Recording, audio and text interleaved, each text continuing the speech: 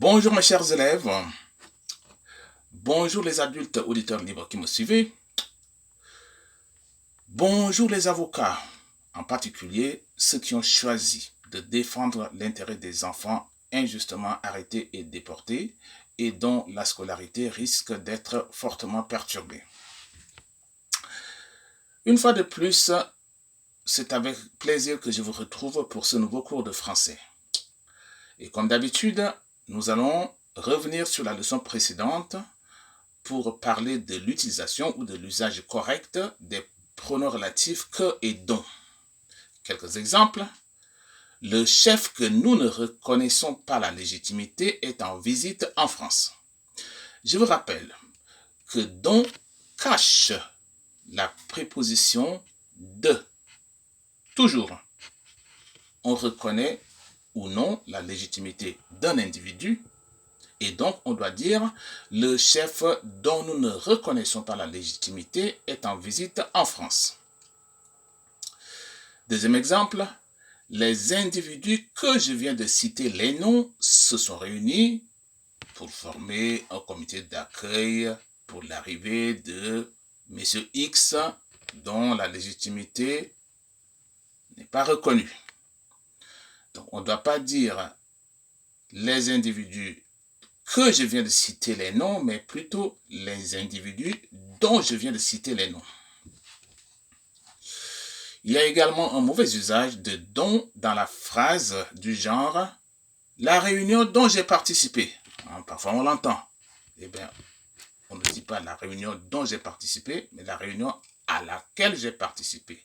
Il faut toujours se mettre dans la tête que dont cache toujours un de. Et à partir de là, on peut construire des phrases correctes utilisant le dont sans faire de faute. Je tiens également à rappeler que l'usage de dont exclut la préposition en et inversement. Exemple, l'organisation internationale dont le pays fait partie a refusé de sanctionner le régime. Là, certaines personnes diront l'organisation internationale dont le pays en fait partie. Et ça, c'est une redondance qui n'est pas acceptée dans la langue française.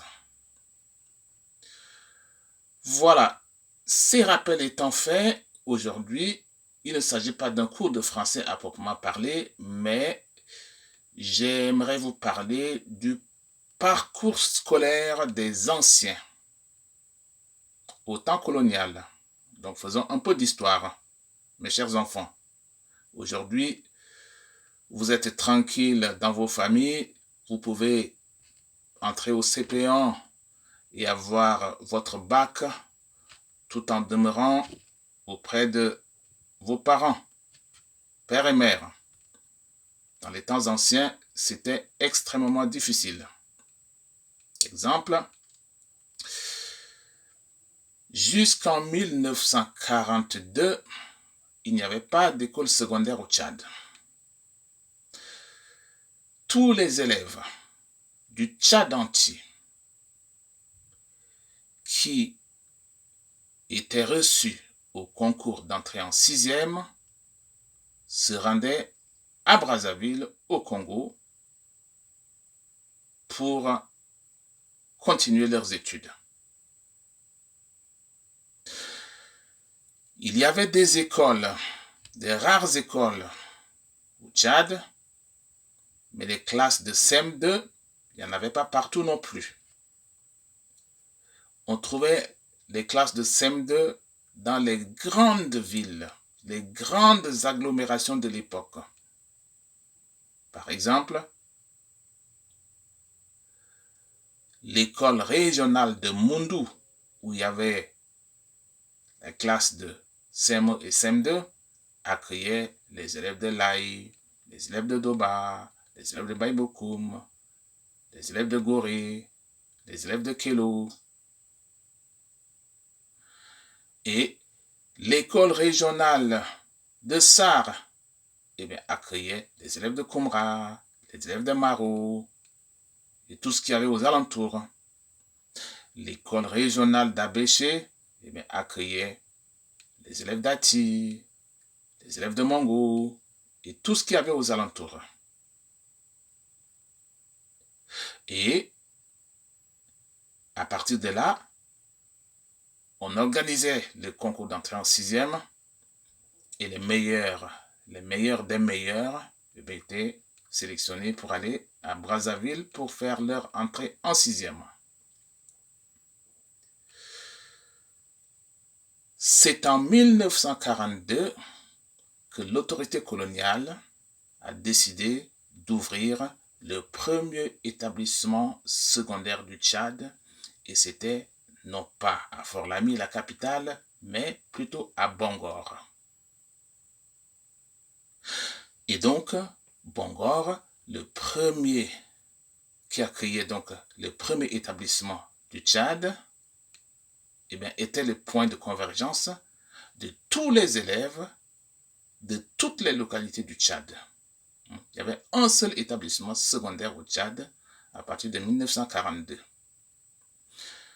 Puis, cet établissement secondaire va devenir le collège d'enseignement général à partir de 1948, accueillant toujours les élèves de toutes les localités du Tchad, mais aussi du Cameroun voisin.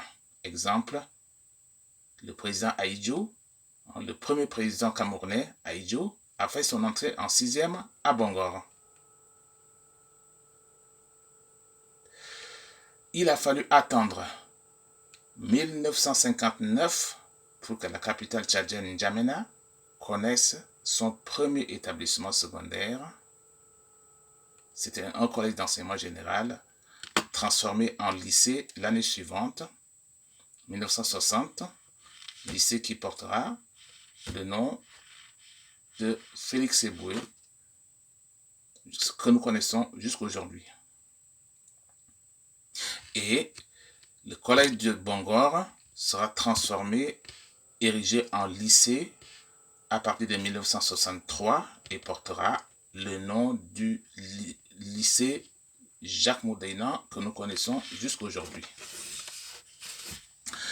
Donc vous voyez, l'école au temps colonial et même un peu après était quand même un peu difficile pour les enfants.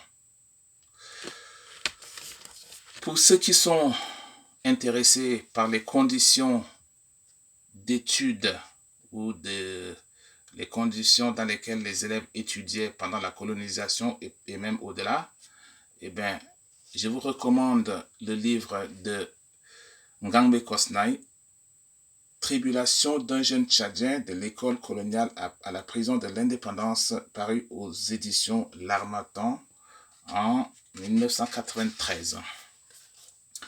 Cet auteur, Ngangbe Kosnaï, a publié également un livre intitulé « Peut-on encore sauver le Tchad ?»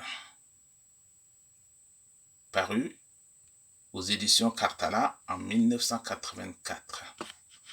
Peut-on encore sauver le Tchad? Sincèrement, c'est à partir d'octobre 2022 que cette question se pose encore avec plus d'acuité. Peut-on encore sauver le Tchad? Voilà, c'est sur cette triste constatation que se termine le cours d'aujourd'hui. Je vous donne rendez-vous la semaine prochaine pour un autre cours en ligne. Au revoir.